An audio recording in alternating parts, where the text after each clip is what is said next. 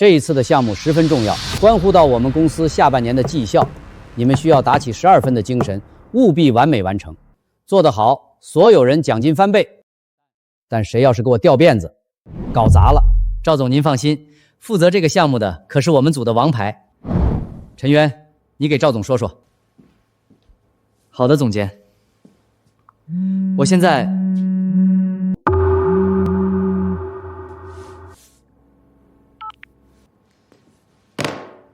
老板，不好意思，我先接一下吧，万一有急事。不好意思。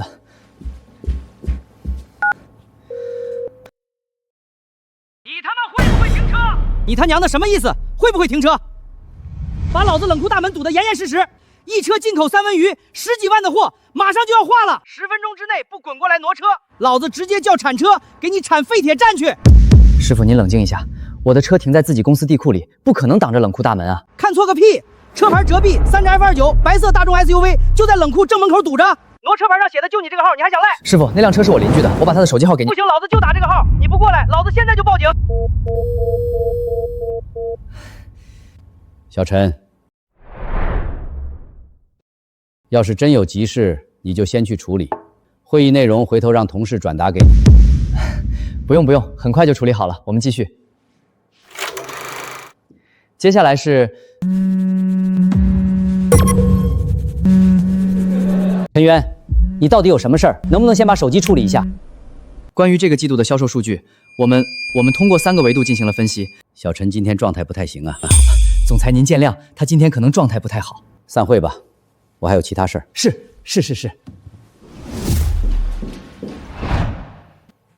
陈渊，今天是赵总第一次听你汇报。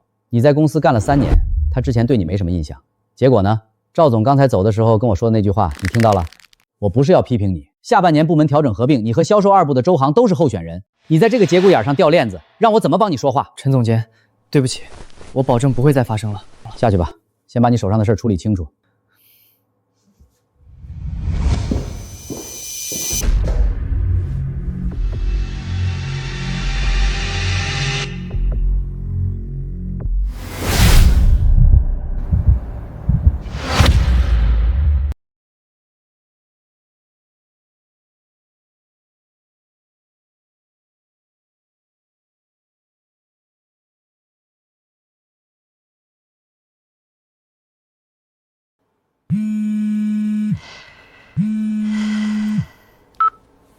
你到底来不来？老子的货都快化了，10几万的三文鱼，你赔得起吗？师傅，我跟您再说一遍，那辆白色大众 SUV 车牌浙 B32F29，车主是我对门的邻居，不是我本人，他姓周，60多岁，退休工人。您记一下他的手机号132。你邻居的车为什么留你的电话号码？你们是不是一伙的？不是，是他留错了。我不管，谁接电话我就找谁。你现在不过来，等会儿就不是挪车这么简单了。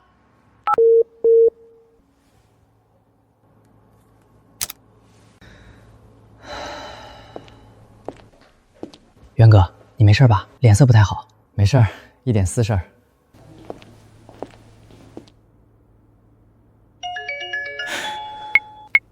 你是浙 B32F29的车主吗？你车堵在冷库卸货口了，我们后面的车全进不来。麻烦你赶紧来挪一下，我这车拉的是活虾碗，全死了。先生，那不是我的车，车主的电话是1323妈妈，您直接打给他。可挪车牌上写的是你的号啊。我知道，他写错了，您打那个号就行。行吧。怎么回事？周叔的车为什么会贴上我的手机号？请问是陈渊先生吗？有一辆白色大众 SUV 堵了冷库的门，车主联系不上，我们这边查到挪售牌上写的是您的号码，您能帮忙联系一下车主吗？我给你们他的手机号，别再打给我了。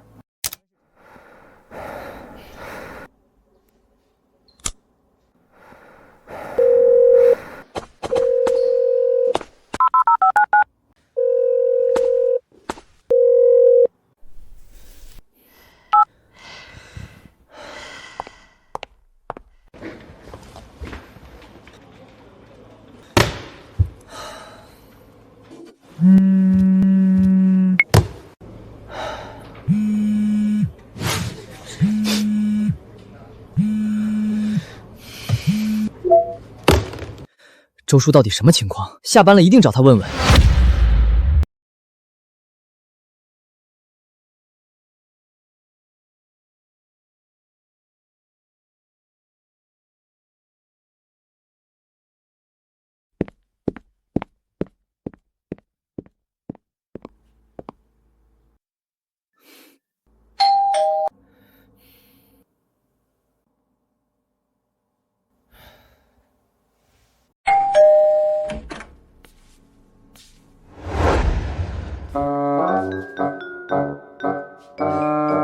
小陈，怎么了？吃饭了没？周叔，今天下午您的车是不是停在了什么冷库门口？对方打了30多个电话到我手机上，骂了我一下午，说您的车堵了人家冷库的门，一车三文鱼都快化了。您的挪车牌上写的为什么是我的号码？哎呀，对，下午是有个冷库的给我打电话，说我堵了他们门，我当时在外面办事，就让他等了一会儿。怎么，他打到你这儿了？对不起，小陈，都怪我那孙子浩浩。你是不知道，这孩子最近迷上了那些磁吸数字贴，天天拿着我的挪克牌玩。我前几天新换的挪克牌，他肯定是给我贴错了。小孩子嘛，3岁多，正是调皮的时候，管都管不住。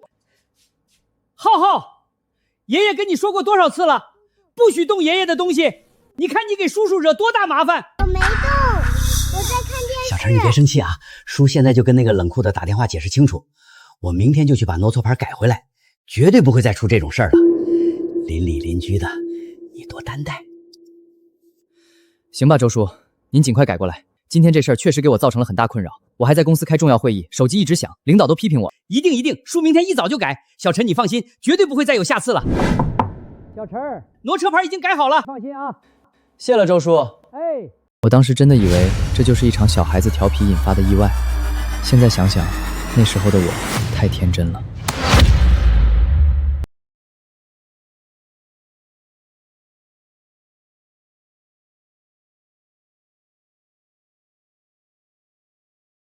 陈渊，你最近状态很不对。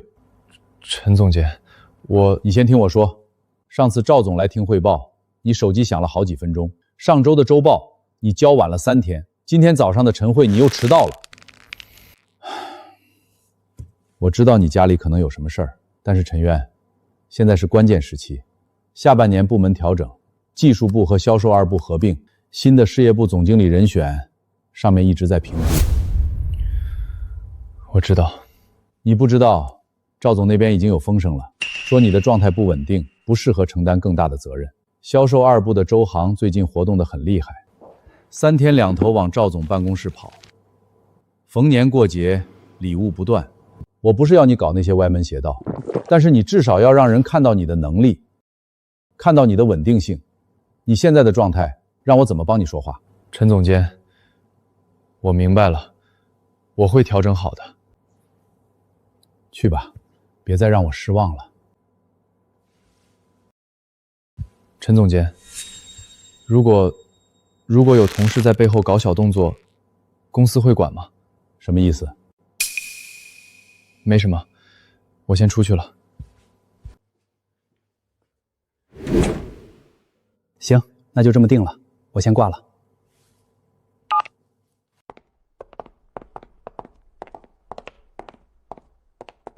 渊哥，最近气色不太好啊，注意身体。周航，你说巧不巧，每次我有点什么事儿，你好像都知道。渊哥，这话什么意思？我是关心你。是吗？那谢谢了。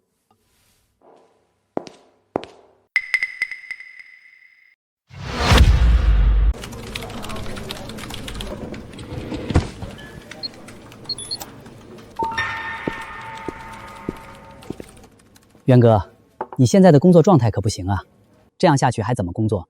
不如请几天假，把私事儿好好处理一下。你这阵子频繁出状况，影响项目进度，而且开会失误频繁被私事打扰，很容易让人觉得你心态不稳，扛不住事儿啊。私事不影响工作。周航这话看似劝解，实则当众给我贴状态差不靠谱的标签，坐实领导对我的负面印象。我的状态，工作成果会证明，不用你替我操心。我这不是关心你吗？怕你辛苦攒3年的口碑毁在这些小事上。毕竟，咱们俩竞争归竞争，同时情谊还在。陈总监，我不是故意打小报告，渊哥现在的状态实在难以服众，万一后续项目出纰漏，损失的是整个部门的口碑。微服务扩容方案可是部门重点项目，容不得半点疏忽。事关部门年终考核、绩效奖金。你容我想想。陈总监，赵总对这个项目极为关注，要真出问题了，你也得挨批。这个项目从成立到现在一直是陈渊在忙，你先接触一下项目的资料吧，之后先给陈渊打下手。陈总监，您放心，我一定好好干。以前我以为职场竞争各凭本事，没想到周航如此卑鄙，专挑私人困境落井下石，无限放大我的无心失误，彻底否定我这3年的技术沉淀和工作成果。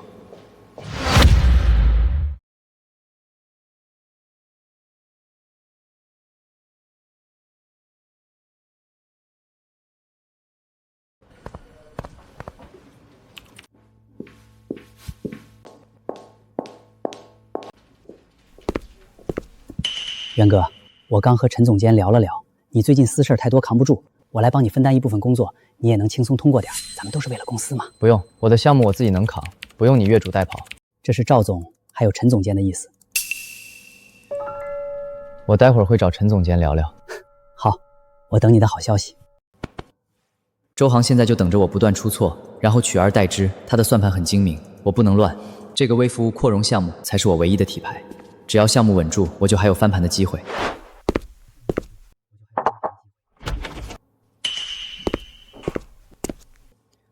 赵总，陈渊是我手把手带出来的，他的能力我清楚。我向您打包票，这个项目只有在陈渊的手中才能完成的最好。是，您放心，我会叮嘱他专心工作的。我刚跟赵总同步了这次竞聘的最终评估标准，你的技术方案的能力都是部门顶尖，但状态不稳定，私事缠身，这已经成了赵总对你最大的负面印象。我的私事已经处理的差不多了，接下来一定努力工作。那就好。小陈啊，我压下了很多负面反馈，向赵总给你争取了最后一次机会，千万要把握住。我栽培你3年，不想让你栽在鸡毛蒜皮的私事上。陈总监，之前的事儿都是突发意外，您放心，从今天开始，我将全身心投入到项目里，后续不会出现任何纰漏，绝不会再让您失望。好，我就信你这一次，好好把握。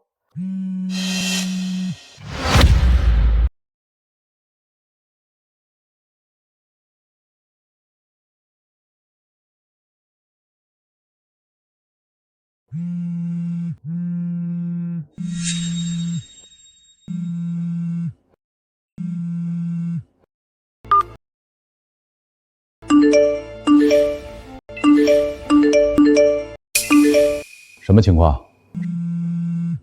总监，对不起，是骚扰电话，恶意扰民的，我立马关机。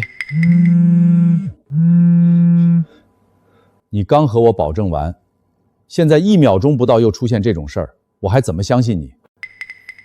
总监，我真处理过了，但对方故意捣乱，我不用解释，我只看结果，不看过程。你总是一而再、再而三的掉链子，别说赵总不信你，就连我都不敢信你了。总监，我保证不会再犯了。行了，不用保证了，你先去忙吧，记得把项目资料发给周航一份，他现在是项目副负责人。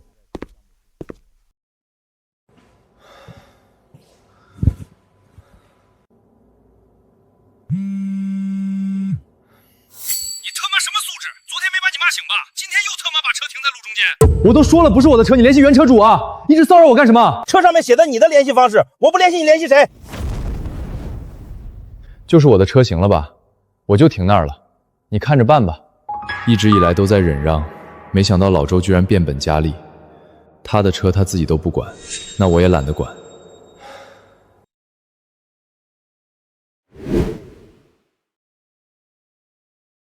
元哥，又因为私事烦着呢，这可不行。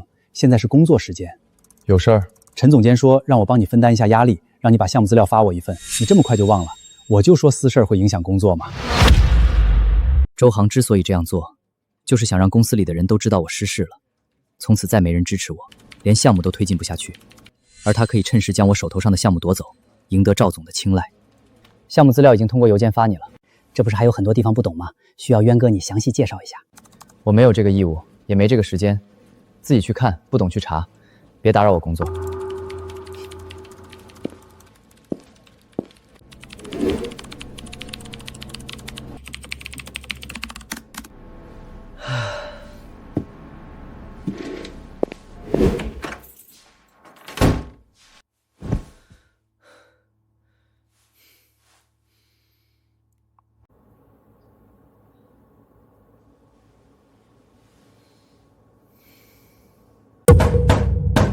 小兔崽子，不就是让你挪下车吗？你不帮忙就算了，还把我车弄到交警队停车场去了。年纪不大，心眼倒还挺多的。陈元，你想干什么？周叔，是你违停在先，人家货车的车主打电话叫来的拖车，拖车把你的车拖到交警队停车场的。我是违停，你帮我挪下车不行吗？我还要上班，就算我不上班，也没帮你挪车的义务。你们这些年轻人啊，让你们帮点忙，推三阻四，一点都不懂尊老爱幼。你老吗？我上次看你和别的大妈跳广场舞的时候，比年轻人都有活力。你不是老人变坏了，而是坏人变老了。老周这种人，对他一味忍让，他只会得寸进尺。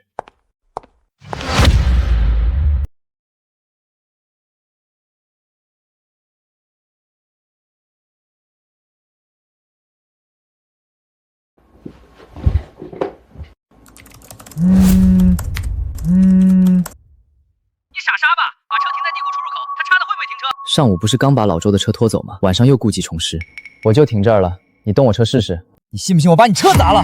我不信，现在可是法治社会。开一辆破车也敢在我面前摆谱，老子开宾利都没这么嚣张。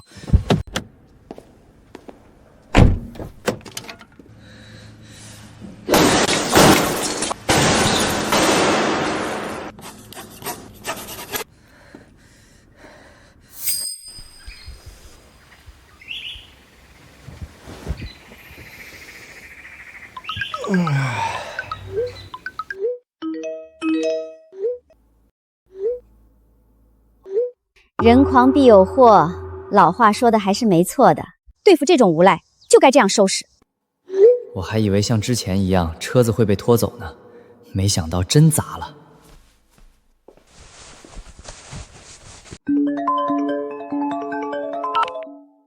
陈元，你个小王八蛋，我的车是你砸的吧？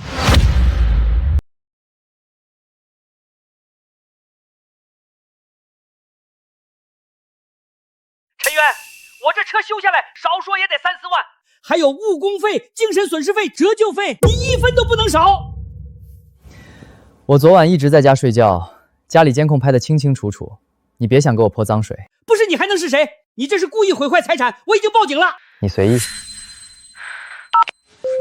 身正不怕影子斜，又不是我砸的，威胁我可没用。昨晚上那位被堵车的司机胆子真大，居然真砸了。各位帮我评评理，我的车被砸了，和1402的业主脱不了关系。不是1402业主的车被砸了吗？1401业主的车也被砸了，真稀奇。估计也是乱停车被砸的。我最恨那些乱停车的了。有摄像头没？可以调监控。那个浙 B 开头的车其实是我的。这车不是1402那个业主的吗？怎么是你的？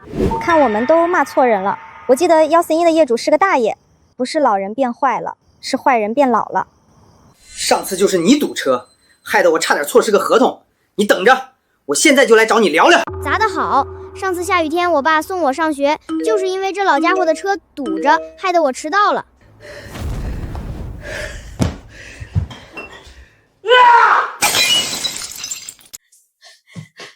天杀的，杯子不要钱啊！车都被砸了，还关心杯子呢，肯定和陈元脱不了关系。他要是不赔钱，我就去他公司里闹，我看他怎么工作。万一不是小陈砸的呢？就算不是他砸的，我也要让他掉一层皮。你忘了，咱儿子可是……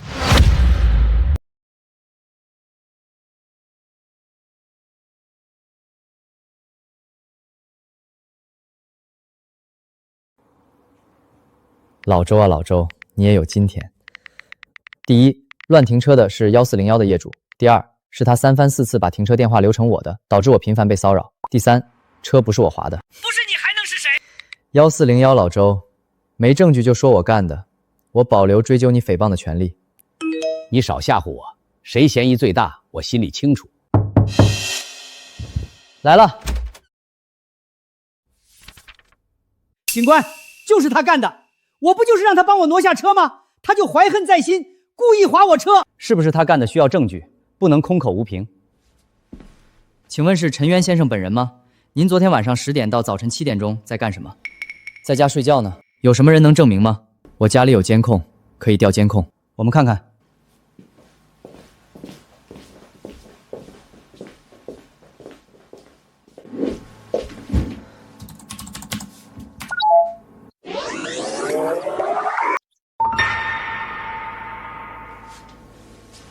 周先生，监控记录完整，陈渊先生昨晚没有出门，没有作案时间。监控也能造假？他是程序员，弄个假视频不简单吗？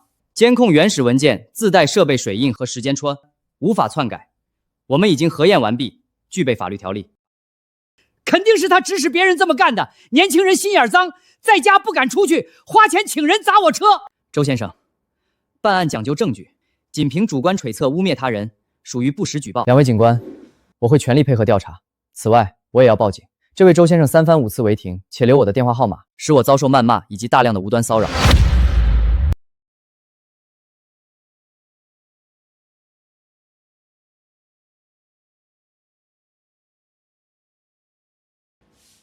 这位周先生长期以来用自己的车堵住消防通道、地下车库出入口、狭窄道路，且故意将停车电话留成我的，使我遭受了大量的投诉、网暴。都说了，是我孙子弄的。他最近迷上了磁吸数字贴，拿我的挪车牌玩。你一个大人和孩子计较什么？老周，我之前帮你挪车的时候，车上可没有磁吸贴。1次是意外，2次是巧合，这么多次了，明显是故意的。老周，是男人的话，别拿孩子当挡箭牌。周先生，你恶意篡改挪车电话，故意将纠纷转嫁他人，骚扰他人，已经涉嫌扰民，加上你不实举报、诽谤他人，我们现对你口头警告，立即停止一切骚扰行为，否则我们将依法处理。明白了。关于你车被划的事儿，我们会继续调查。两位都和我回去做个笔录吧。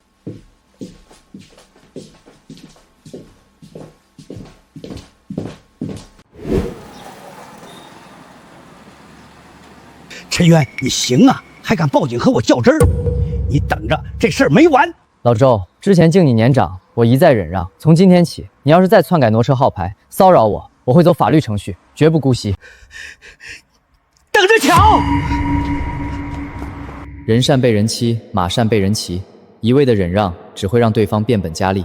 对付这种人，唯一的办法就是硬气反击。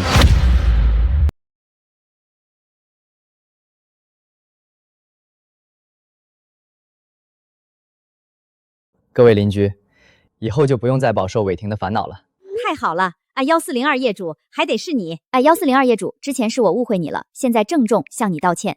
1402业主，你小心点儿，我担心老周暗地里报复你。明事理的人还是挺多的，像老周那种胡搅蛮缠、一肚子坏水的人，终归是少数。之后得把车也停在监控能拍摄到的地方，预防老周使坏。我早就和你说了，别这样针对小陈。现在好了，在小区里咱们的面子都要丢尽了。我的面子值几个钱？儿子交代的事儿要是被耽误了，你负责。你声音低点儿，要是被隔壁的小陈听到了怎么办？不能让这个小王八蛋好过，就得让他不得安宁。他年轻有工作，要晋升，要相亲。我一个退休老头子还不信耗不过他。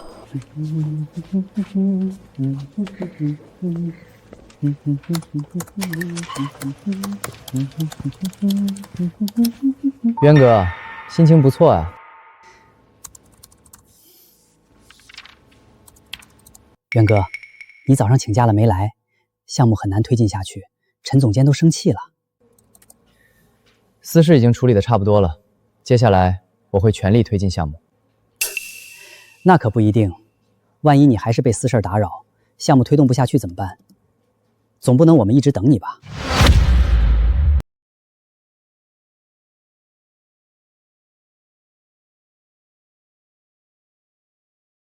周航步步紧逼，从最开始的与项目不相干到成为项目副负责人，现在还想让我把项目的主导权交到他的手中。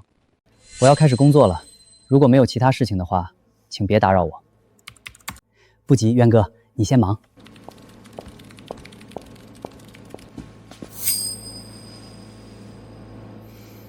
接下来的几天，老周倒是安静了，没再整出什么幺蛾子。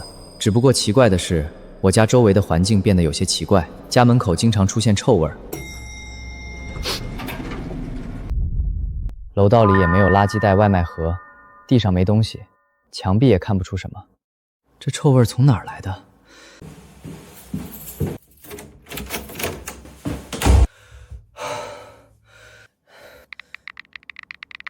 谁家门口撒了什么东西？14楼最近有股怪味儿。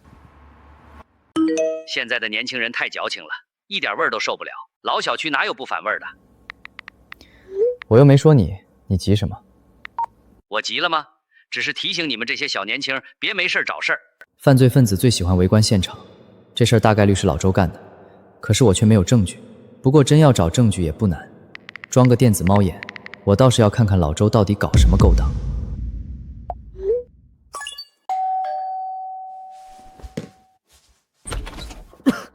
哥，你这楼道啥味儿啊？这么熏人。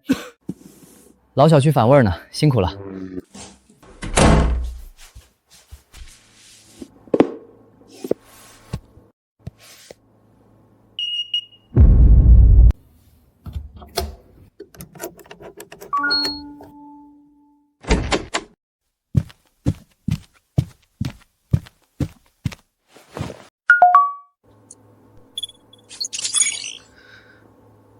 也不知道管不管用。客服说门口飞一只蚊子都能看清。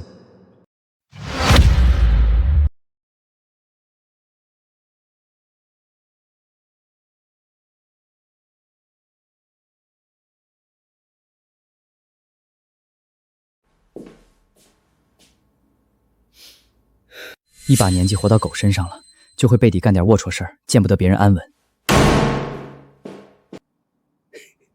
那小子上班了，你把我准备好的东西拿过来。老头子，咱们这样做会不会太过分了？过分？他砸我车的时候，你咋不说过分？对付这种瘪犊子玩意儿，就得好好收拾他。调查的人不是说已经排除小陈的嫌疑了吗？你话怎么这么多？赶紧拿来！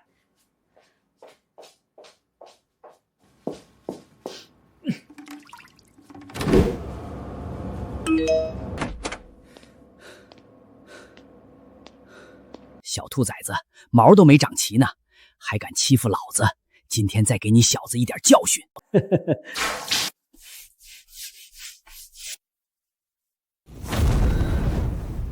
果然是这老家伙搞的鬼。既然你不仁，那就别怪我不义。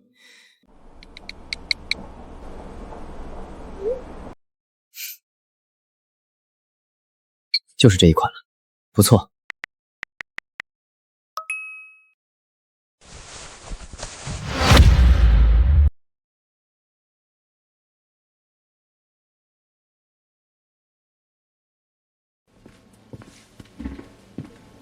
渊哥，你身上什么味儿啊？这么难闻？没味儿啊？难道楼道里的臭味飘进家里，自己的衣服沾上了？不对啊，家里也没臭味。还说没味儿呢？我站这么远的地方都闻到了，馊了都。瞎扯，我身上能有什么味儿？撑死是烟味儿。你别胡搅蛮缠。渊哥，先回家洗个澡，换身衣服再过来吧。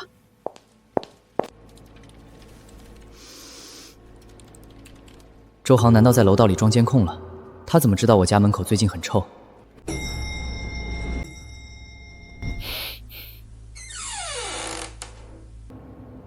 小陈啊，你们年轻人真邋遢，弄得楼道里一股味儿，也不知道收拾一下。不是老小区反味吗？我之前只是猜测，没想到现在味儿越来越大，肯定是你们年轻人弄的。那可说不好，万一是有人栽赃陷害呢？哼，年轻人不仅没礼貌，还不敢承认错误，没担当。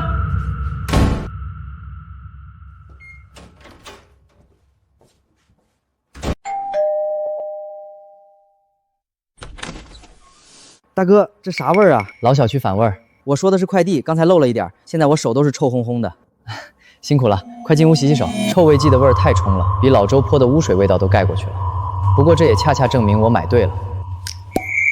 老周啊老周，你刷污水是传统工艺，我这个是科技狠活，咱们俩今天就来一场跨界臭味交流会。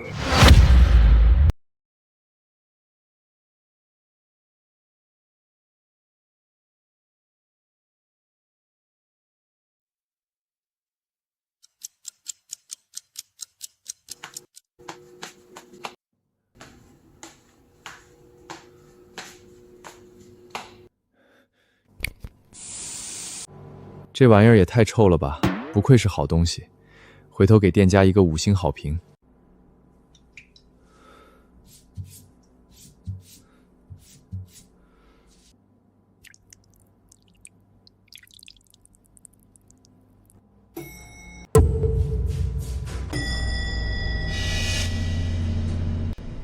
这什么味儿啊？是不是1401房间什么东西沤烂了？简直是臭袜子泡酸菜！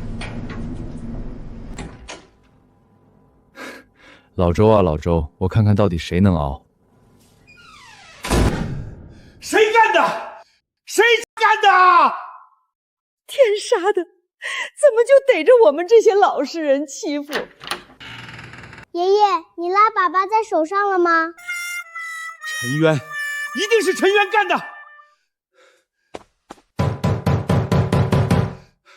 陈渊，是不是你？你给我出来！别躲在家里，有本事干，没本事承认吗？开门，别装死！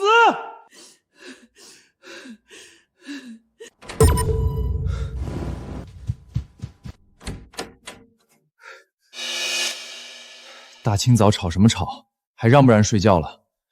陈渊，我家门口的臭味是你弄的吧？这什么东西啊，这么臭！你再装蒜，肯定是你弄的。这事儿我和你没完。周叔，这不是老小区反味儿吗？要不就是你平时太邋遢了，回头好好收拾一下，不然影响邻居。陈渊，你别以为……我还要补个觉，没空陪周叔你在这儿闹。老头子，咱退一步吧，大家都是邻居。退什么退？这小子活腻歪了，居然敢往咱们家门口泼脏东西。可你也不往小陈门口泼污水了吗？算了吧。算什么算？我已经找安全员了，本来只是想给他一点教训，没想到这小兔崽子竟然蹬鼻子上脸。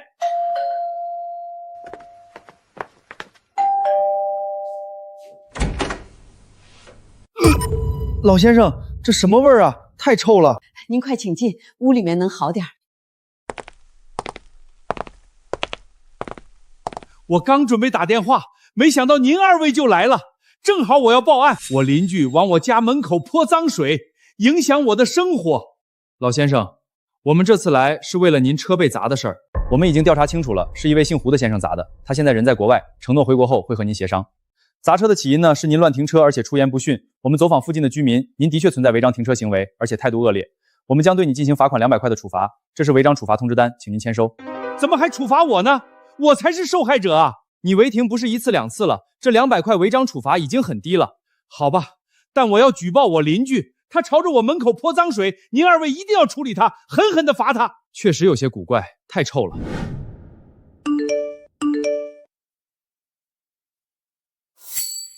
我昨晚按错楼层去了14楼一趟，什么味儿啊？太臭了。14楼不是那个乱停车老头住的楼层吗？他又整什么幺蛾子呢？估计又在憋坏呢。大家都注意点，随时举报。哎，1402，小陈啊，你有时间的话，多观察观察你的邻居，一旦他搞事儿的话，立马通知我们。大家放心，我盯死他。老周现在已经惹得天怒人怨了，整个小区的人都不待见他。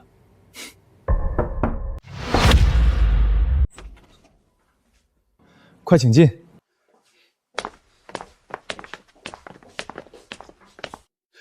就是他往我门口泼脏东西。老先生，凡事都要讲究证据，我们这次来也只是初步问询。肯定是他，我前2天刚和他吵过架，他怀恨在心，所以泼脏水。我也不多说，您二位看看监控就知道了。嘿嘿，老先生，您还会这手艺呢？明明是加害者，还伪装成受害者。不是我，视频里的根本就不是我。那这样，视频我们拷贝下来，回头送去技术部门鉴定。是我干的。周坤，你这样的做法已经严重影响到人家的生活，该道歉就道歉，该清理就清理。那他泼我门上的怎么算？我孙子要是被熏出个好歹，他赔得起吗？周叔，您不是说这是老小区下水道反味吗？目前还不能判断是陈渊先生做的，需要调查。但你往陈渊先生家门口泼脏水的事儿是事实，他还砸我门，把门都砸得掉漆凹陷进去了，必须要给我赔一扇新的门。好，我赔。陈渊，你够狠，你等着瞧。没问题，我等着。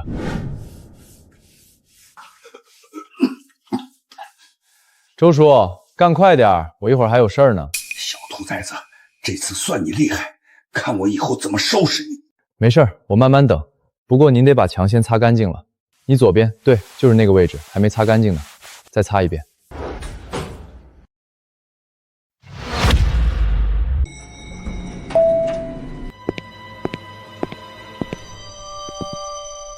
没有臭味的楼道却舒服多了。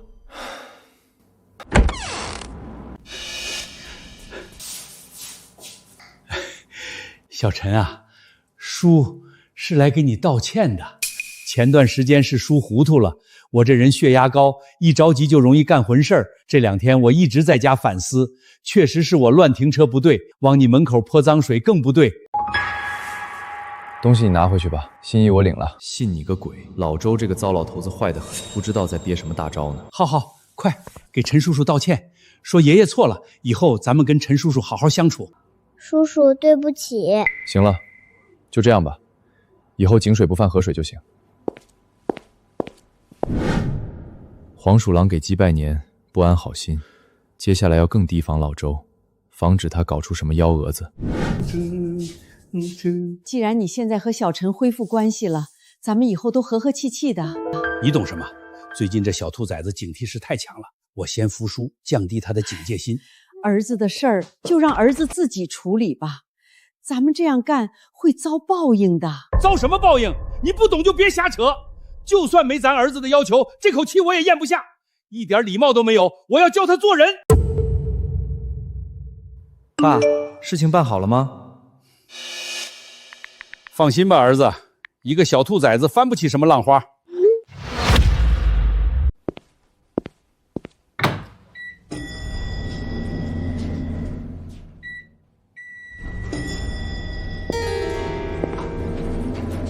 小陈，去上班啊？难道老周真的变好了？不对，肯定没憋什么好屁。是啊，周叔，好好干。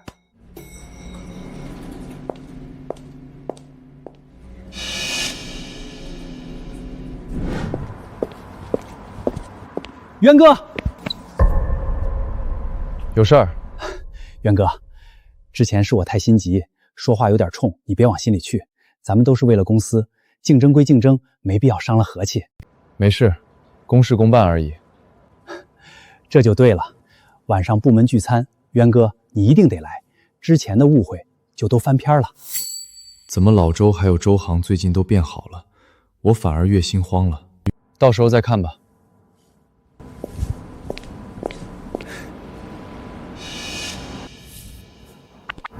爸，我这边也稳住他了，接下来是最关键的时期。今晚我回去和你详聊。这几天老周的确没闹出什么幺蛾子，但我总觉得有些不安。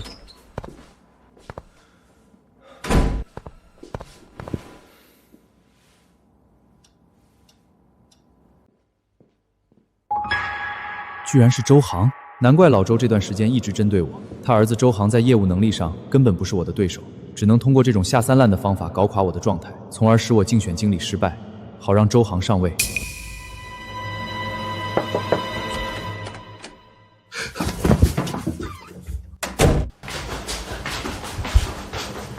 爸，这段时间你辛苦了。没事儿，只要你能当上部门经理，爸挨几句骂算什么？爸，接下来的几天很关键，老总可能要检查整个项目进度。我现在已经是项目副负责人了，只要把项目抢过来，升职是板上钉钉的。明白，继续骚扰那个小兔崽子是吧？下周赵总亲自带队验收项目阶段性成果，微服务扩容方案是重中之重，你们2个人盯死项目，千万不能出现纰漏。陈总监放心，我这段时间一直在跟进项目细节，已经梳理好了大部分问题，会全力配合渊哥。陈渊，你这边没什么问题吧？没问题，所有核心代码、落地复案、风险防控我已全部完善，下周验收保证零纰漏。为了项目透明，我整理了一份权责分工表，副负责人周航可以对接外围对接工作，核心技术由我全权负责。看似我退了一步，把权力分出去了一些，实际上锁死了核心权限，周航根本接触不到核心业务。我听渊哥的安排。行，就这样安排吧。渊哥倒是打得一手好算盘，把核心项目抓在手里，脏活累活都让我干。什么脏活累活？不都是为公司做贡献吗？各司其职而已。那渊哥你来负责外围对接，我来负责核心技术。这里面水太深，涉及到具体的项目运营，你把握不住。那就没什么好说的，陈渊。我告诉你，这项目你留不住，早晚都是我的。那就走着瞧。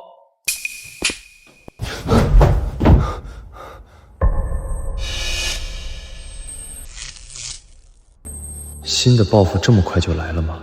还有1周的时间，都等不了。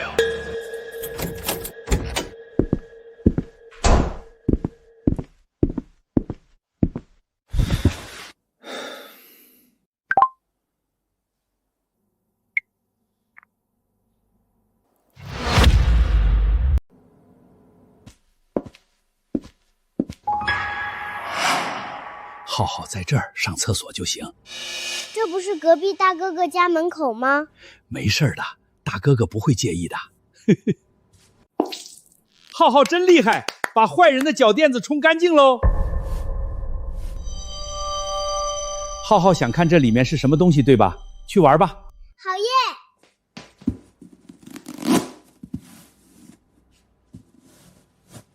我还以为是玩具呢。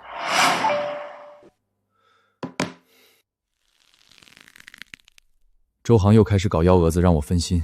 现在一定不能太冲动。敲什么敲？门敲坏了你赔啊！原来是小陈啊，有事儿？周叔，你孙子在我家门口撒尿，还把我的快递拆得七零八碎，麻烦你给我个说法。我当是什么事儿呢？不就是个脚垫，还有个破快递吗？我赔你10块钱够了吧？别在这儿小题大做，没完没了。这是小题大做吗？你们当大人的也不管管。小孩子不懂事儿，憋不住尿正常。你个大男人和孩子计较什么？再说童子尿辟邪，我还没问你要钱呢。不用赔了，就算给浩浩当玩具了。这才对嘛，远亲不如近邻，大家和气生财。为老不尊，仗着孙子小肆意妄为，那就别怪我了。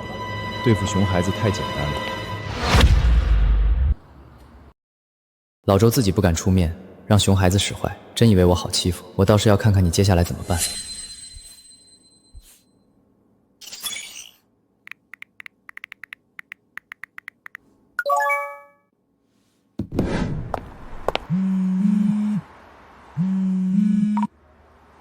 陈先生，您的快递到了。辛苦了，我这会儿不在，放在我家门口就成。好嘞。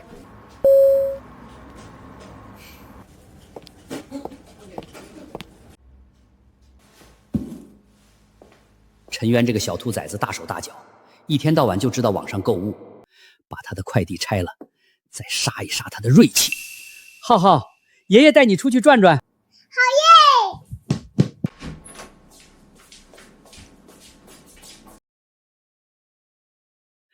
浩浩，你看这是什么？钢铁侠，是我最爱的钢铁侠。浩浩，不能随便乱动啊，这是隔壁陈叔叔的东西。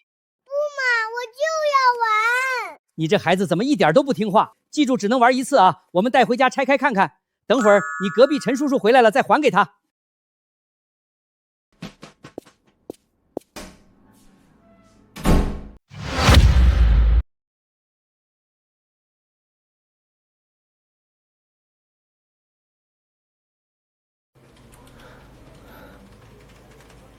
我给过你们机会，是你们自己从不收手，那就别怪我了。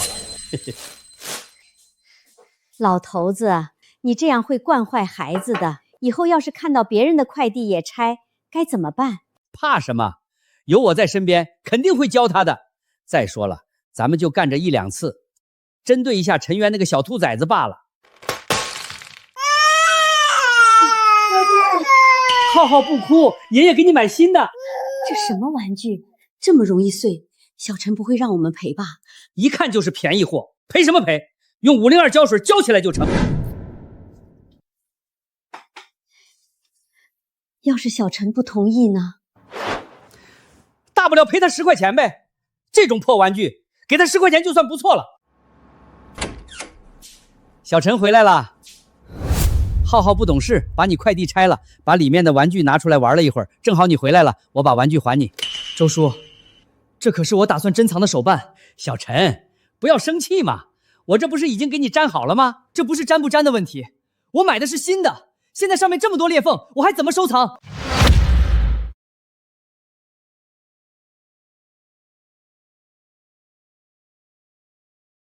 这种破玩具还有锤子好收藏的，轻轻摔一下就碎了。你要是觉得不行，大不了我赔你10块钱，行吧？10块？我买这个手办花了1万多呢。1万多？这破玩具1万多？小陈，骗人可不对啊！正版手办本来就很贵，我买的又是树脂 GK 的，就更贵了。呵呵，骗我老头子呢？大不了我给你买个新的。好啊，按尺寸按材料，你要是能拿10块钱给我买的新的也行。10块钱，我倒是要看看你上哪儿买去。渊哥，蓝宇科技公司的负责人过来参观访问，需要你去介绍一下咱们的方案。项目对接和接待工作不是你负责的吗？项目核心方案我不熟，只有渊哥您才能胜任。项目核心方案设计你不会，对接和接待工作也搞不好，你不是拖项目后腿吗？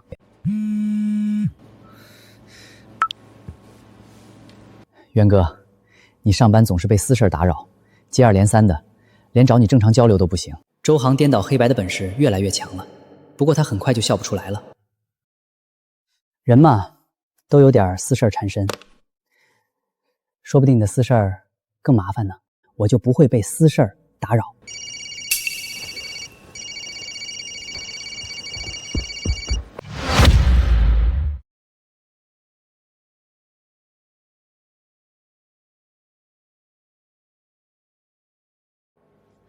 爸，你怎么上班时候给我打电话，差点让陈渊发现了？你在网上看看，浩浩把陈渊的一个玩具弄坏了，那小子竟然要1万多块钱赔偿！什么？抢钱啊？我不清楚。爸，咱们就不赔，耗着他，别让他睡安稳觉。小周啊，被私事缠身了。怎么会？接到了一个骚扰电话罢了。肯定又是父亲打来的，万一被陈渊发现了呢？那就好，要以公司为重，千万别掉链子。实在不行就退出这个项目，先把自己的私事处理好，不然会影响项目进度。渊哥，你放心，我肯定不会影响项目。这次接待蓝宇科技公司的工作我去干，加油，好好干。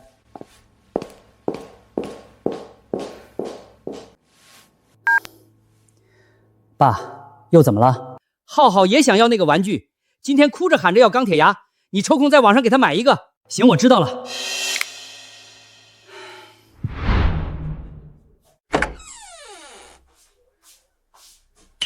平时都是你们耍无赖胡搅蛮缠，现在也该我缠着你们了。周叔，你不是要给我买个新的手办吗？小陈啊，那个手玩可不好买啊，我这2天准备再看看。那可不行，我今天就要。那我还就不给你了，有本事你去起诉我！小兔崽子还和我斗，这种民事纠纷光打官司就要大半年，我耗死你！那就没什么好说的了。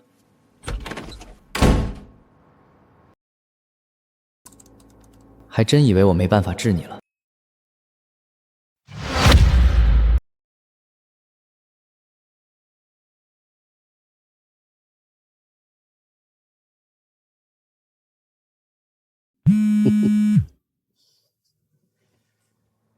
爸，陈渊那边怎么说？他能怎么办？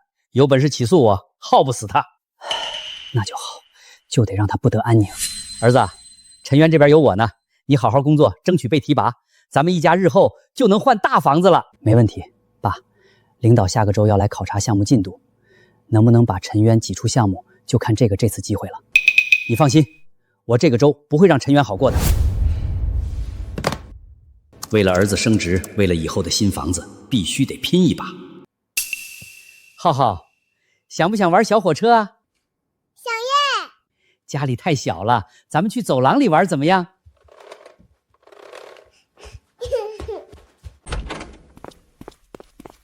浩浩，咱们就在这儿玩了。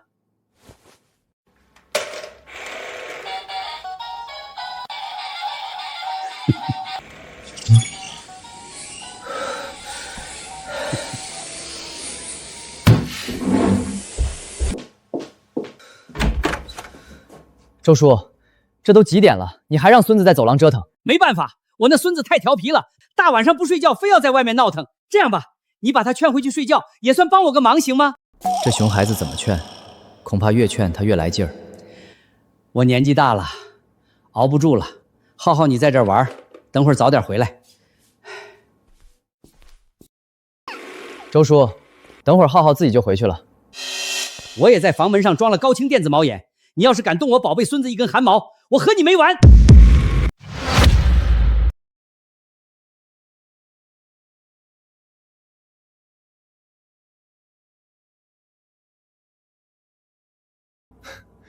周叔，您也学聪明了。这不是和你学的吗？有你这个小兔崽子在，不聪明不行啊！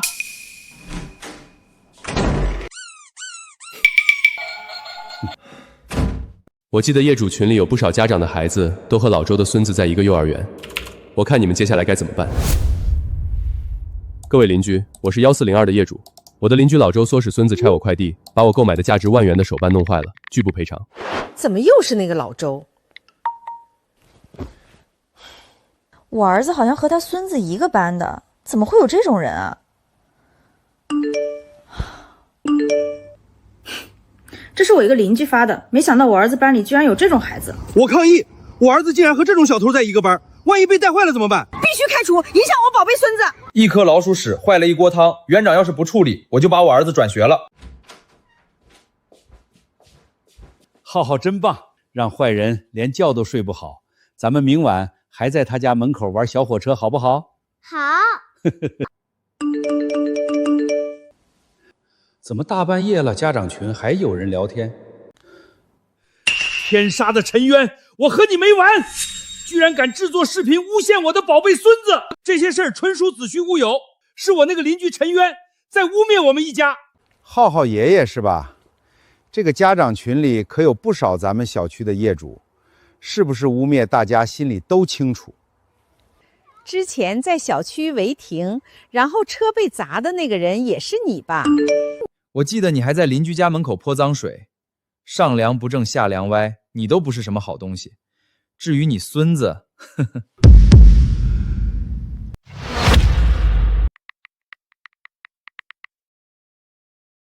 浩浩爷爷，你明天来幼儿园一趟。我们这个幼儿园一直秉承着以人为本的观念，您这样做的确有些不妥。这么多人诬陷我，解释也没用，都怪那个该死的陈渊污蔑我们。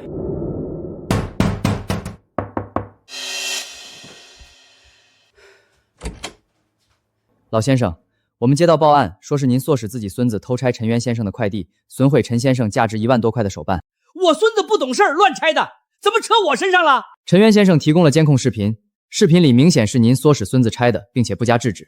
陈渊先生要求和孩子的监护人见面，让监护人赔偿损失。现在还不能让周航和陈渊见面，要不然陈渊这个小兔崽子警惕心更强了。我赔了他不要，非说那玩具价值1万块，明显是在狮子大开口。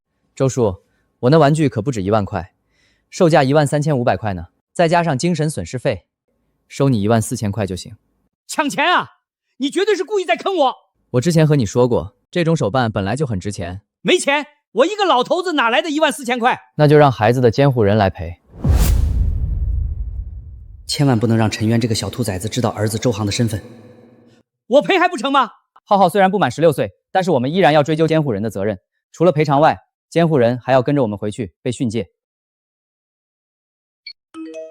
今天时间不早了，明天让孩子的监护人来所里一趟。今天赔了夫人又折兵，不是折腾陈渊吗？怎么儿子周航要去被训诫？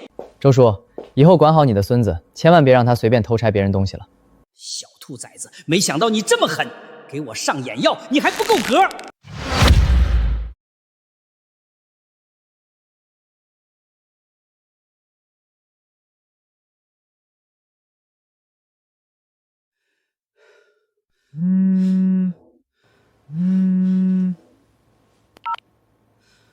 爸，今天怎么样了？是不是打搅的陈渊无法休息？别提了，被他摆了一道。什么情况？这小子居然报案了，让我赔偿他14000多块钱。如果不赔，就让安全员联系你。没办法的情况下，我给那个小兔崽子赔了。爸，你都60多岁的人了，怎么会让陈渊摆一道呢？当时是我大意了，你放心，之后不会了。对了，还有一件事儿，陈渊报案后过来调解的工作人员让你明天去一趟所里接受训诫谈话。那我明天岂不是要请假？而且咱们都赔钱了，至于吗？没办法，人家让监护人去一趟，你是浩浩的父母，必须得你去。可这几天正是最关键时期，要是我请假，陈渊趁虚而入把我赶走了呢？也罢，我明天去一趟，希望别出岔子。芊芊，早上好。你别过来，我妈不让我和小偷玩。我不是小偷。萱萱家长，你是怎么当大人的？怎么管孩子的？污蔑，那是污蔑！得了吧，其他家长说昨晚上安全员都去找你了，还说污蔑呢。那也是我们大人的事儿，和孩子有什么关系？上梁不正下梁歪，有什么爷爷就有什么孙子。好好上学，别和那些坏人玩。知道了，妈妈。爷爷，我不是小偷。浩浩，你先去上学，我去找你们老师。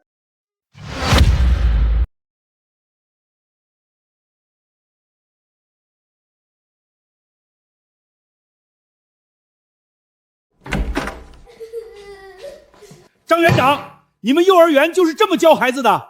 大人的事儿和孩子无关，欺负孩子算什么本事？浩浩爷爷是吧？这件事儿并不是我们幼儿园老师指使的，是其他孩子家长教的孩子，我们也管不着。管不着你们还开什么幼儿园？如果这事儿处理不好，我就把我孙子转学了。昨天晚上已经有不少家长联系我，要求我开除浩浩。作为一位园长，本着教书育人的原则，我费了很多口舌才把这事儿压下来。那是你的事儿，和我有什么关系？你知不知道，因为你的行为给我们幼儿园造成了多大的损失？外面都在传说我们幼儿园里的孩子都喜欢偷东西，这样下去我们还怎么招生？如果您愿意给您孙子转幼儿园的话，我们乐意之至。转就转，这么多幼儿园还差你们这一个吗？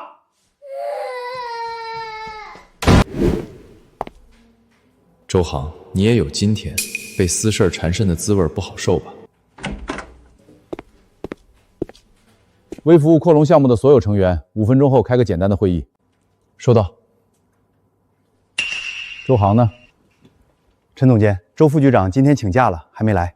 就知道关键时刻掉链子，不知道这个周很关键吗？总监，我回头说他几句。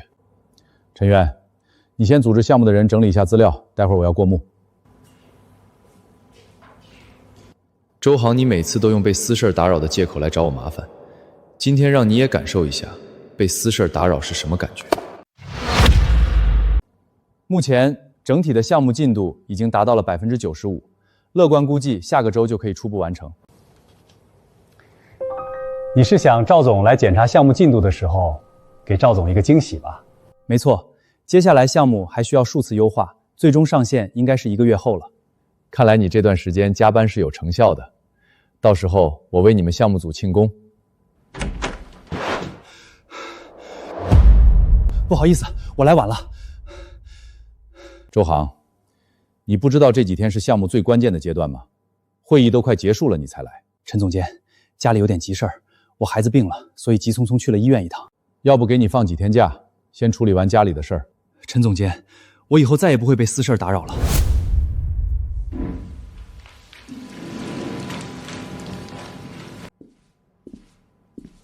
孩子没事吧？没什么大问题。一定要多关心关心孩子。像我隔壁邻居，对孙子丝毫不上心，纵容孙子偷吃我的外卖，最后嘴都被辣肿了。难道陈渊发现浩浩是我的儿子了？应该不会吧？这种熊孩子就是欠教育。熊孩子欠教育最大的问题还是家长没有教好，这些家长才是最过分的。以其人之道还治其人之身，这种感觉还挺爽的。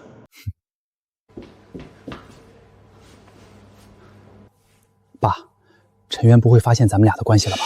放心，咱们俩的关系这么隐秘，陈渊那个小兔崽子整天焦头烂额，怎么有额外精力去查？那就好。不过我今天请假出去回来，错过了一个重要会议，领导批评了我2句。要是再这样下去，我升职神的愿望就泡汤了。你放心，我就是拼着我的这张老脸，也要把陈渊耗死。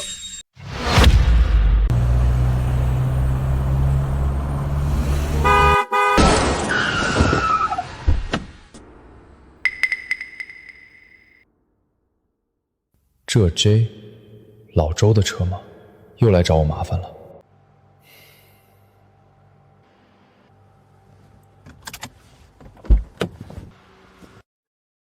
这不是小陈的车吗？你怎么这么不小心？周叔，是我先看到这个车位的，你怎么突然窜出来了？估计是没观察到吧。小陈啊，这次是叔的问题，叔全责，也不用走官方流程了，我掏钱给你修车，行吗？我可不信老周会这么好心，主动认全责，但是眼下也没有其他办法。行吧，尽快送去修，别耽误我上班。现在太晚了，你明天先把车开到 4S 店，明天给我发个位置，我到时候去交钱。我以为老周会在修车上面做文章，消耗我的精力，没想到老周图谋更多，他竟是想彻底把我踩在脚下。第二天一早，我早早的把车开到了 4S 店，迟迟见不到老周，给老周发消息也没人回复。有没有人管管啊？你们员工撞了我的车就跑，还有没有王法了？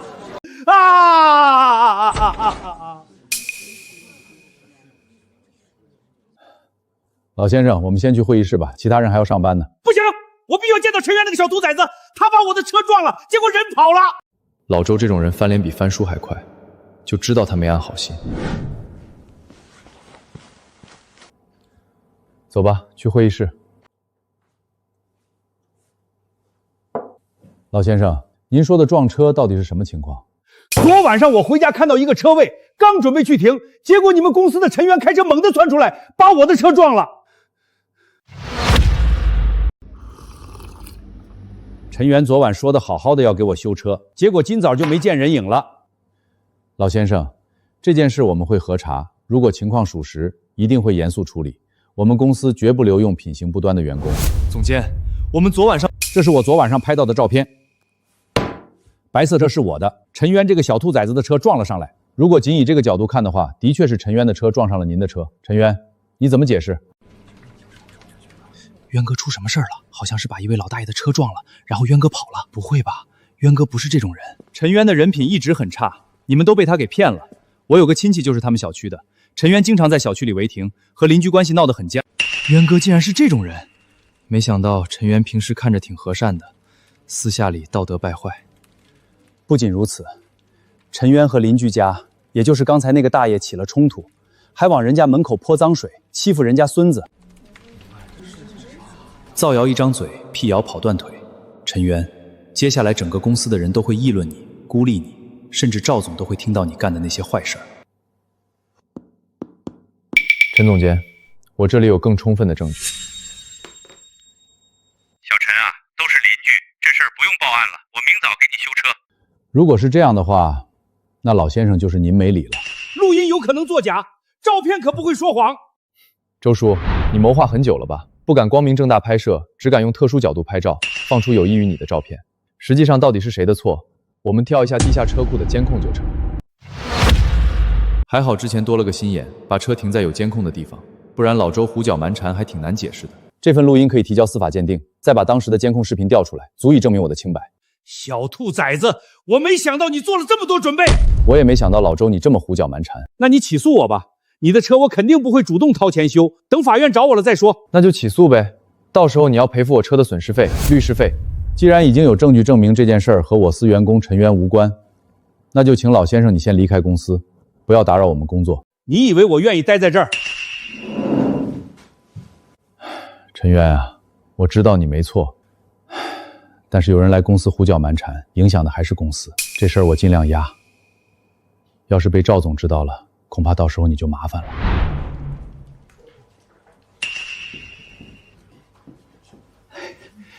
渊哥，你没事吧？有些人喜欢颠倒黑白，大家别听他们瞎扯，真相自有公论。渊哥说的对，大家不要瞎扯。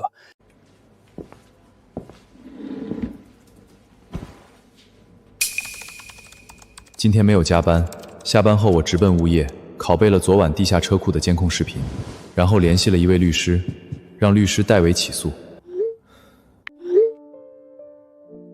抛开车辆刮蹭问题，我还想起诉邻居对我的骚扰，不知道能行吗？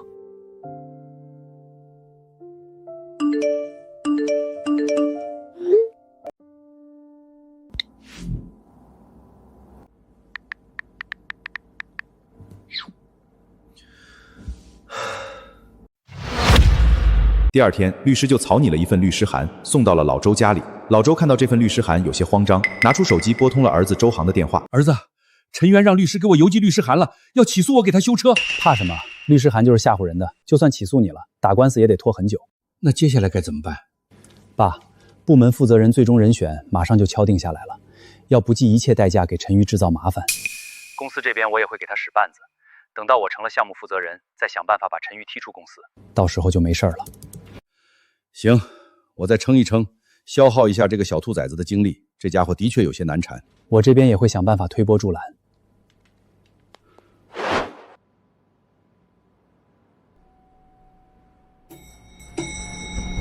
以后晚上少加会儿班，白天一点精气神都没有。周叔，能让一下吗？我上班快迟到了。谁让你不早点起？再说了，上班迟到和我有什么关系？可你堵在门口，也影响别人通行啊。迟到就迟到呗，能扣几块钱？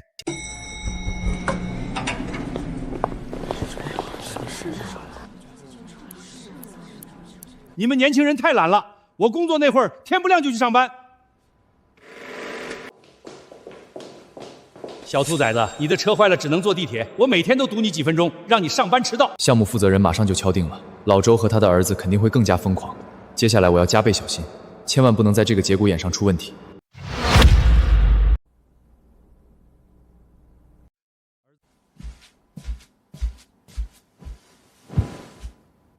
儿子，陈渊今天怎么没回家？我还打算制造点噪音，影响他休息，明早再堵他上班呢。爸，我问了一下，陈渊这几天住在公司附近的酒店，你恐怕影响不到他了。那怎么办？那就交给我来处理吧。我要让他身败名裂。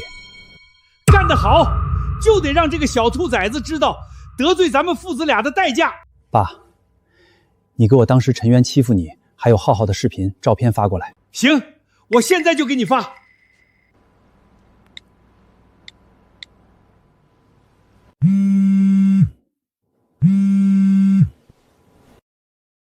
陈哥，你快看本地论坛，上面有人泼你脏水。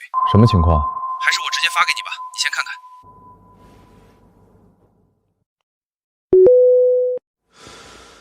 这条帖子把老周伪造成受害者，把我伪造成加害者。不管是乱停车、占用消防通道、往门口泼脏水，这些事情都足以让网友们口诛笔伐。大部分网友无心分析对错，只想宣泄自己的情绪。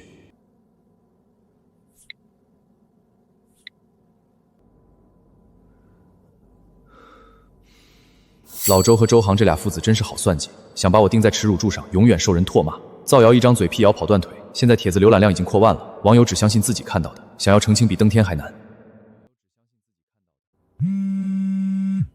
陈先生，根据您发过来的资料，我已经开始固化证据了，请问您还有什么补充的吗？还有故意碰撞我的车，但是拒不赔偿，以及之前他们骚扰我，对我的生活造成了极大的影响。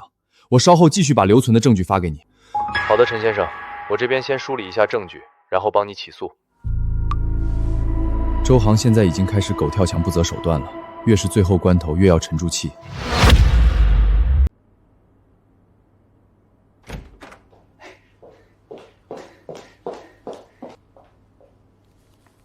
赵总，我有点情况和您汇报一下。什么事儿？说吧。赵总，微服务架构的弹性扩容方案一直是公司的重点项目，而作为负责人的陈渊却并不靠谱。上次汇报方案进度的时候，这个陈渊就一直接听电话，对吧？没错，上次汇报方案进度是他接到了违停电话，他把车停在小区消防通道，严重影响别人出行，所以被堵的司机一直电话轰炸他。居然有这种事儿！不仅如此，您看我整理的这份资料，陈渊在他居住的小区已经人人喊叫了，他违停堵了救护车，整天欺负邻居老大爷，欺负老大爷的孙子，这些事儿都被网上曝光了。公司可以招一个庸才，但是绝对不能招品德有问题的员工。赵总，我觉得这种人就应该开除。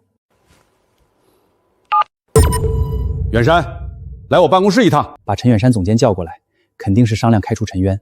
只要把陈渊踢出公司，那个位置就是我的了。赵总，陈渊不仅品德败坏，上班的时候也经常无精打采，这种人简直是我们公司的毒瘤。工作上摸鱼，私底下品德败坏，我要给公司树立一个典型。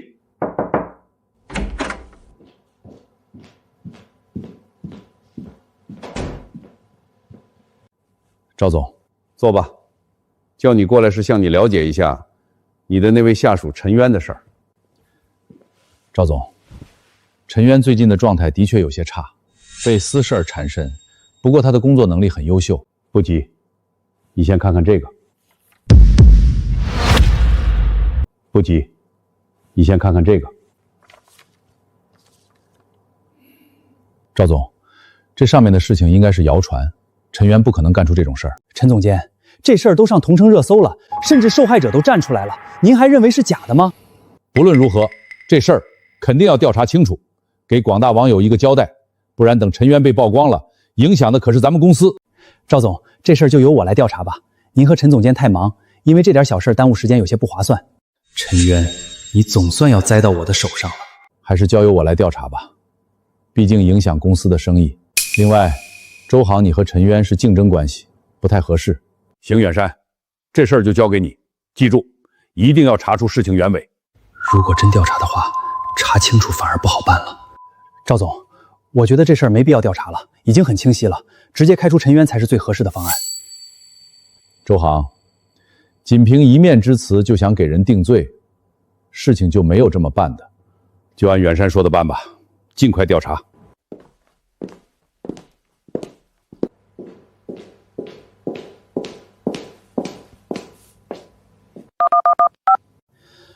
爸，我以为公司会直接将陈渊开除，没想到目前只是调查。那不完犊子了吗？那些事儿可经不起细查呀！只能兵行险招了。你想办法公布陈渊的个人信息，让网友来施压。儿子，这能行吗？没问题的，这事儿已经引起民愤了。网友们不仅会评论，还会来公司堵门，甚至会向我们公司合作方施压。赵总迫于压力，大概率会开除陈渊，给网友们一个交代。陈渊，你拿什么跟我斗？周航的做法的确很歹毒，颠倒黑白，想将我清除出公司。好在上司陈远山给了我缓冲的时间。现在外面的舆论压力很大，赵总监让我彻查这件事儿，你说吗？陈总监，我身正不怕影子斜，事情很简单，有人往我身上泼脏水。第一次违停，是对方把车停在消防通道，影响送货车通行，使我遭到了无端骚扰。还有泼脏水的，也是我的那位邻居老周。你们俩只是邻居，用得着这么深仇大恨吗？这完全是在针对你。陈总监，我的那位邻居老周姓周，周航也姓周，你难道没有发现端倪吗？你的意思是周航是老周的儿子，想要把你搞垮，然后周航成功上位？没错，不论是半夜的骚扰电话，亦或是找我的麻烦，都是为了消耗我的精力，影响我工作。见无法影响到我之后，又开始颠倒黑白，使用舆论压力。有证据吗？我家门口的电子高清猫眼清晰地记录了周航回老周的家。如果真是这样，那就全是周航的问题了。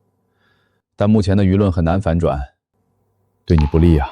老周公布了我的个人信息，无数网友涌入公司官号、评论区评论，甚至拨打公司电话，跑到公司楼下要求开除我。这家公司居然用这种品德败坏的员工，强力抵制。我们以后再也不用这家公司的产品了，抵制渣子。不仅要抵制这家公司，我已经查到了，这家公司和蓝宇科技、林生科技都有合作，这些合作方的产品我们也要抵制。老赵，你们公司的事儿还没处理好吗？现在都开始影响到我们公司的股价了。老李，我们目前正在调查呢，今天之内必须处理好，不然我们公司的股价还要跌。要是处理不好，之后我们就别合作了。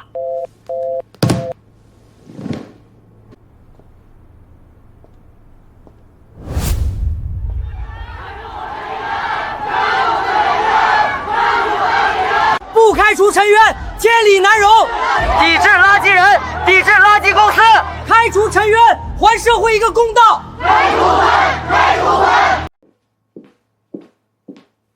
赵总，直接把陈渊开除了吧，太影响公司的声誉了。即便陈渊没有过错，但这件事已经引发巨大舆论风波，对公司十分不利。通知人事部门解除和陈渊的劳处。赵总，我有事情要汇报。说吧。陈渊是被污蔑的，所有的一切都是周航在作祟。陈总监，我没得罪你吧？怎么污蔑我？你来说。赵总，网上发布的那些事情全都是断章取义，发布的照片全部有利于我的邻居老周，实际上他才是罪魁祸首。我这里有完整的证据。证据有用吗？现在公司陷入舆论，大家都在向赵总施压，要求开除你。网友可不相信这些证据。小陈啊，周航说的没错，即便是你有证据，又有什么用呢？合作方已经给我打来电话，要求我必须处理好这件事儿。计划得逞了，陈渊被炒鱿鱼，那个位置就是我的了。加上陈渊身上的黑料，到时候没有任何一家公司敢要他。赵总，我有另一件事要汇报，指使这一切的人是周航，为了替我离开公司才弄出这么多事儿。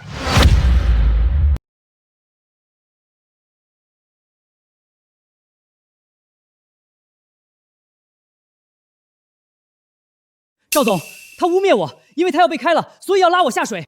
是不是污蔑你？需要证据。陈渊，把证据给赵总看看。周总，这是我整理的部分证据，最开始的时候，我的邻居老周违停了，把违停挪车号码牌改成我的，整天影响我休息工作。再然后，老周往我家门口泼脏水，我这里有完整的视频证据。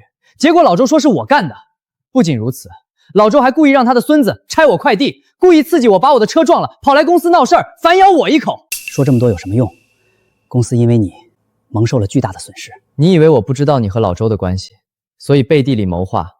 你在公司针对我，你父亲老周在家里针对我。你以为你算无一计，实际上我家门口的电子高清猫眼早就拍下来了。污蔑！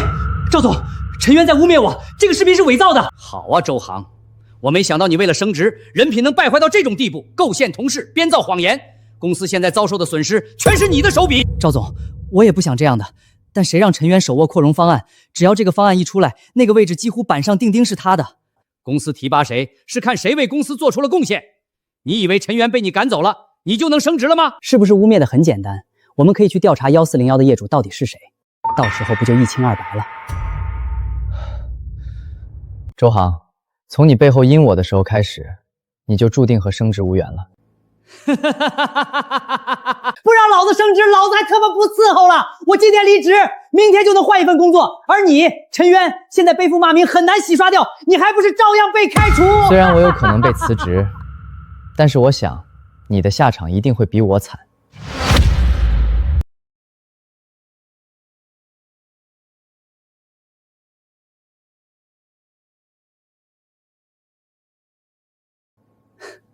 是吗？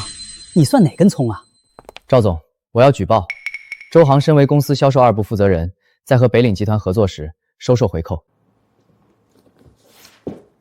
赵总，在我发现周航针对我的时候，我就开始反制了。这是周航索要回扣的资料。什么？我看看。与北岭集团合作的时候，周航不断狮子大开口索要回扣，导致北岭集团经营困难。对方爽快地把周航索要贿赂的资料交给了我。好，我没想到公司竟然养了这么大一条蛀虫。若非你太贪心，北岭集团也不会供出你。赵总，我把钱退回去，别抓我！现在才想起退款，晚了。赵总，我多赔一些钱，求你别报案，可以吗？远山，你去报案。另外牵头公司的审计部门一起核查周航从进入公司以来到现在所有经手的项目，查一下他到底贪了多少。陈总监，念了我这么多年辛苦工作的份上，你帮我向赵总求求情吧。辛苦工作，我看是辛苦索要回扣吧。渊哥，我对不起你，我知道错了，你帮帮我好不好？你不是知道错了，你只是知道自己要惹上大麻烦了。周航这种背信弃义的小人，一旦没事了，肯定还会反咬一口。对付这种人，绝对不能心软。把周航先控制起来，等执法人员过来。我错了，放我一马吧。天理循环，报应不爽。从周航开始索要第一笔回扣的时候，就应该要有被抓走的觉悟。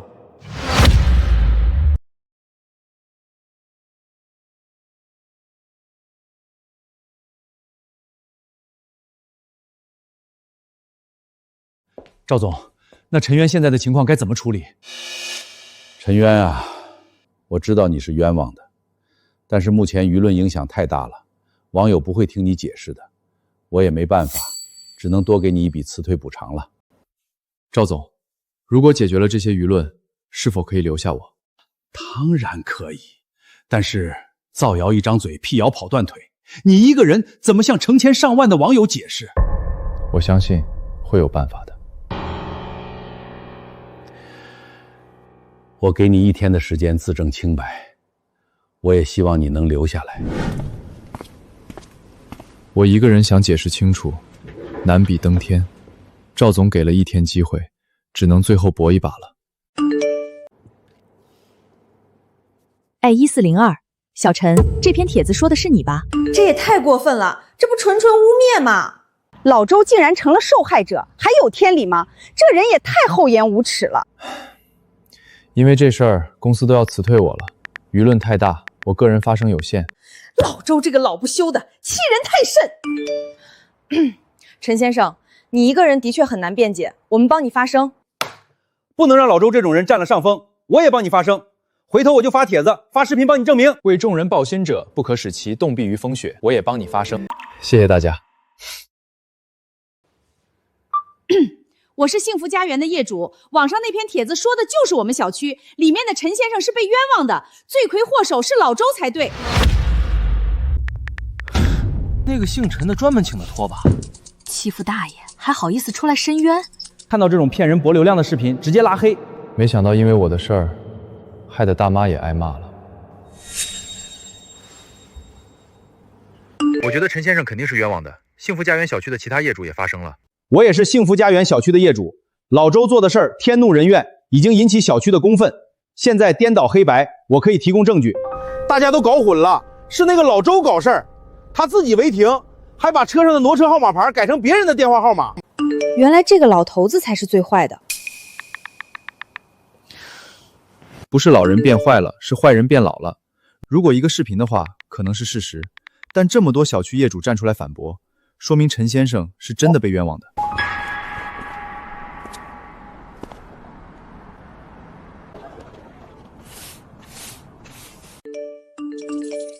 没想到舆论会以这种方式反转。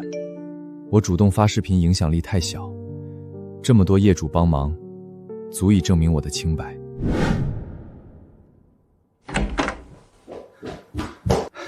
赵总，舆论已经彻底反转，陈渊现在清白了。我也刷到那些视频了，这是好事儿。陈岩能力很强，要是被逼离职，太可惜了。我提议由陈渊来牵头，核查周航经手的那些项目，微服务扩容方案可以再等等。行，让陈渊来查，肯定会查得很细。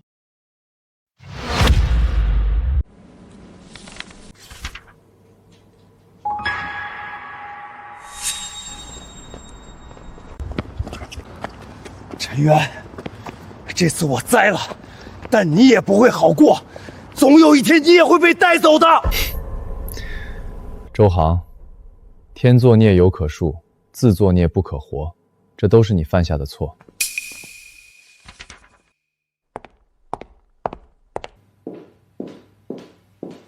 赵总，我们已经核查清楚了，周航从入职以来，一共经手12个项目，共贪污300万。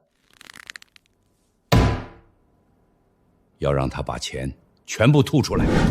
老婆子，算算时间，陈渊应该被挤兑走了，咱们儿子升职有望了。是啊，听说这次升了之后，航航就是公司的中高层了，公司还会给喷股。陈渊那个小兔崽子，我早就看他不顺眼了。等他下班了，我要好好奚落他一番。咱儿子也快下班了，今晚把我珍藏的老酒拿出来，我要给儿子庆功。这不是儿子的公司吗？这个人也姓周，不知道咱儿子认识不？不知道怎么回事，我有点心慌，我给儿子打个电话问问。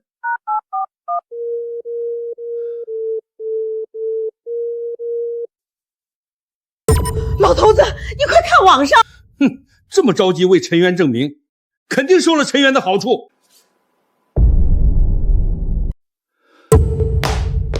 恒智公司公告：我苏员工周某不当得利，严重损害公司利益。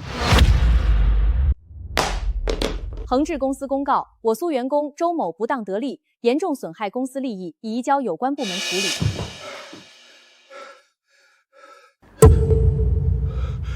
怎么会这样？老头子，你快想想办法啊！儿子今年才30来岁，要是被送进去了，后半辈子就毁了。找陈渊，现在只能去求陈渊了。咱们已经把陈渊得罪了那么多次，人家会帮咱们吗？不能帮也得求，只有他能帮我们了。好，到时候我让你开口了，你就开始哭，争取让小陈叔叔原谅咱们。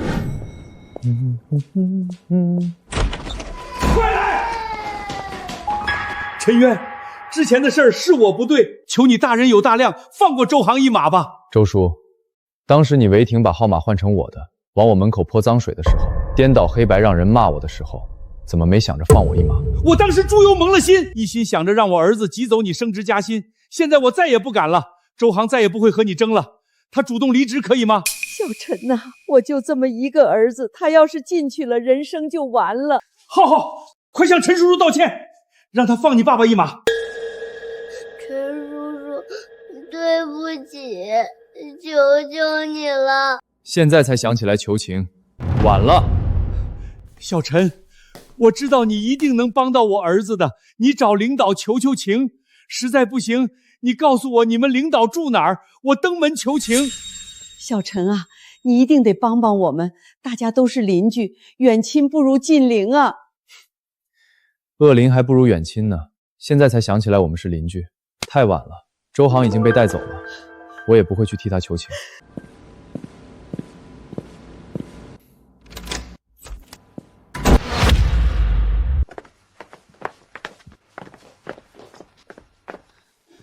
当时让你别针对人家小陈，你不听，现在连个帮咱们的人都没有。我哪知道会发生这种事儿？咱们都是邻居，抬头不见低头见的，还是与人为善比较好。娘们儿唧唧的，我告诉你，要是咱儿子进去了，陈渊也别想好过。就算给他找不了麻烦，我也要恶心死他。老头子，你不能再错下去了。我错？要不是陈渊这个小兔崽子，咱儿子能走到今天这一步。若非周航自己贪心，顶多被赶出公司，也不至于到了坐牢那一步。福祸自取，自己干出来那些错事，就要由自己承担后果。至于老周，他也会得到应有的报复。天杀的啊！这是我们的房子，你把我赶出去干什么？这是我的房子，你们凭什么这么做？老先生，这是周航用赃款购买的房子，目前要固定证据，进行财产保全。我不管，我儿子进去了，现在就我一个老头子，你们要是把房子收了，就要给我养老。老先生，固定财产后续还会公开起诉，如果退房的话，兴许会轻判。而且您若是强行干涉我们查封，也涉及到违法。你们，陈渊，你个小兔崽子，要不是你，我也不会这么惨。周叔，你想简单了，更惨的事还没出现呢。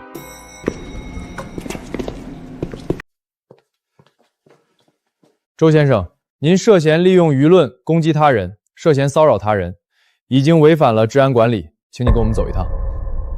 没有，我不就是开了个玩笑吗？我没想闹得这么大。您的行为已经严重影响到了陈渊先生的生活、工作，使陈渊先生遭受到了无端的骚扰，可不是开玩笑这么简单。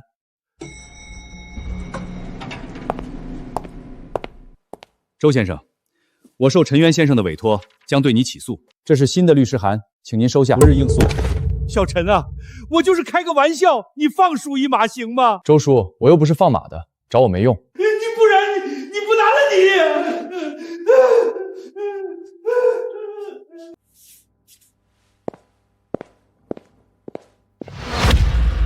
诸位领导、同事们，经过我们项目组的不懈努力，基于微服务架构的弹性扩容方案已经基本完成。下面由我演示一下大概流程。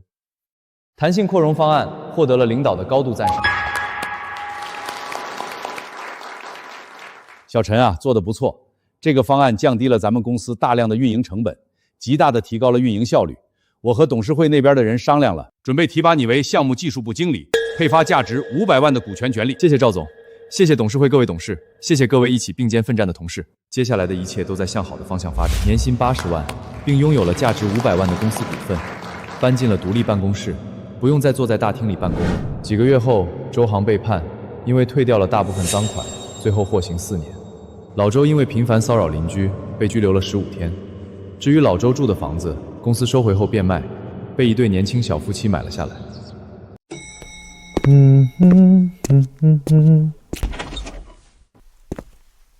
1402的邻居是吧？我们是1401的，以后大家都是邻居了。